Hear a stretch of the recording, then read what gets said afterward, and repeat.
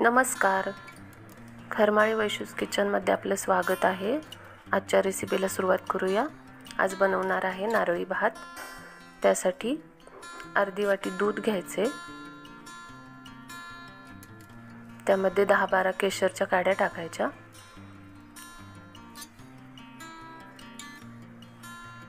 एक वाटी बासमती तांदूळ घेतलाय, जुना तांदूळ आहे। आता तो 2-3 पाण्याने स्वच्छ धुवून घ्यायचा आहे। शक्यतो जुनाच तांदूळ वापरायचा म्हणजे भात मोकळा होतो।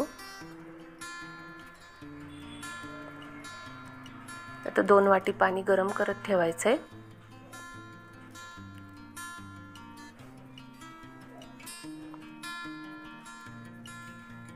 कुकरमध्ये 2 चमचे तूप टाकायचे,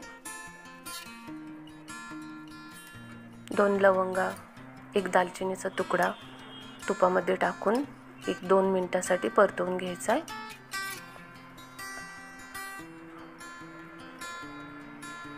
आता धुवून घेतलेला तांदूळ टाकूया।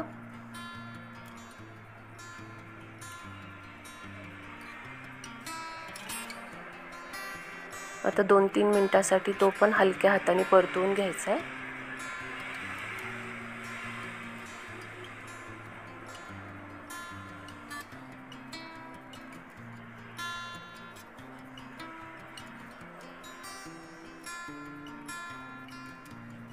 गरम करून घेतलेलं पाणी टाकूया।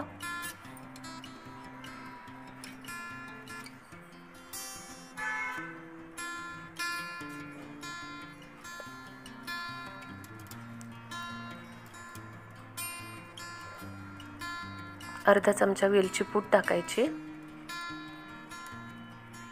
पाव चमचा मीठ टाकायचे, दूध टाकून घेऊया केशर टाकलेलं।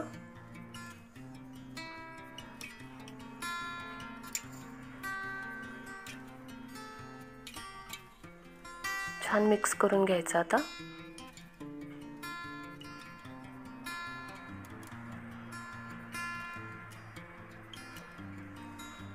कुकरला झाकण लावून 3 शिट्ट्या करून घ्यायच्यात।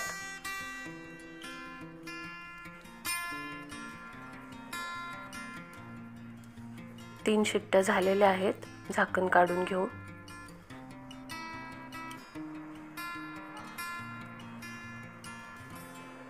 भात छान शिजलाय पण आणि मोकळा पण झालेला आहे।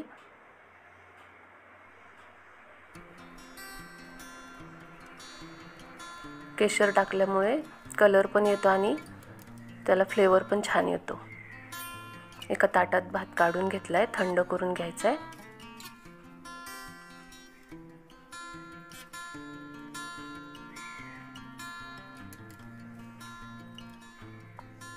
कढईमध्ये 4 चमचे तूप टाकायचे, काजू, बदाम, मनुके हे तुपामध्ये परतवून घ्यायचे।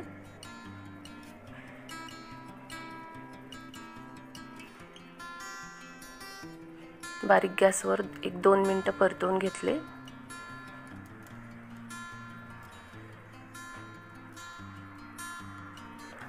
नारळ मी पाठीची साल काढून घेतलाय आणि मिक्सरला लावून घेतला। 1 वाटी नारळाचा किस आहे।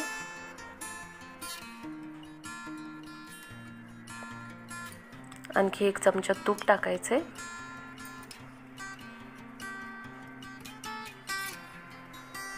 छान परतवून घ्यायचे। आता हे तुपावर 1 वाटी गूळ घ्यायचा आहे, पिवळ्या रंगाचा गूळ घेतलाय मी।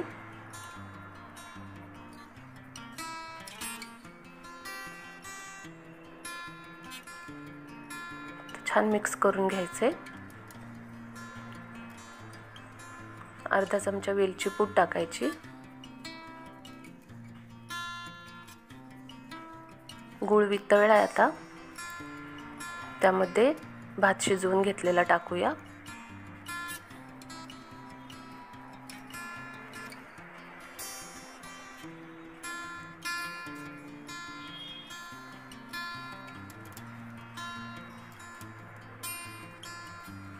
पिवळा गूळ घेतल्यामुळे त्याला कलर पण छान पिवळा येतो, म्हणून शक्यतो पिवळा गूळ घ्यायचा। आता मिक्स करून घ्यायचे, हलक्या हलक्या हाताने मिक्स करून घ्यायचं.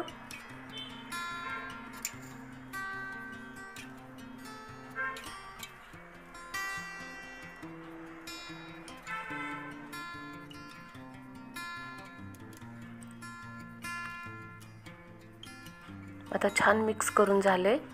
आता झाकण ठेवून 5 मिनिट वाफ द्यायची. आता याला